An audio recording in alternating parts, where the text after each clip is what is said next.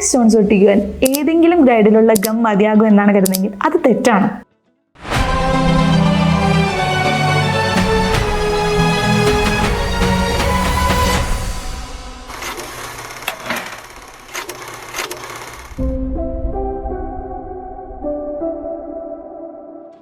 Cladding സ്റ്റോൺസുകൾ നമ്മൾ കൂടുതലായി use ചെയ്യുന്നത് ഔട്ട്ഡോർ സർഫേസുകളാണ്.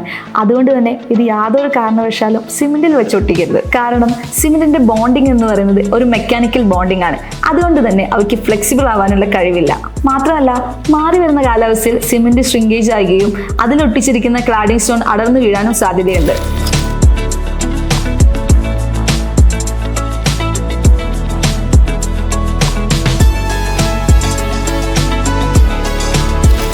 സ്റ്റോൺ ഒട്ടിക്കുന്ന സർഫേസ് ഒരിക്കലും ഇനാമൽ പെയിന്റുകളോ പ്രൈമർ കോട്ടിങ്ങുകളോ ഉള്ളതായിരിക്കരുത്. കൂടാതെ ക്ലാഡിംഗ് സ്റ്റോൺ ഒട്ടിക്കുന്ന അഡീസീവിന് ഹൈ ബോണ്ടിങ് സ്ട്രെങ്ത് കൂടെ ഉണ്ടായിരിക്കണം. എത്ര ഉയരത്തിലായിരുന്നാലും ആ സർഫേസിൽ ക്ലാഡിംഗ് സ്റ്റോണുകളെ നിലനിർത്താനുള്ള കഴിവ് അഡീസീവിനുണ്ടായിരിക്കണം. അതുമാത്രമല്ല, മാറി വരുന്ന കാലാവസ്ഥയ്ക്ക് അനുസരിച്ച് ഈ അഡീസീവ് ഹൈ ഫ്ലെക്സിബിളും സ്ലിപ്പ് റെസിസ്റ്റൻസും ആയിരിക്കണം.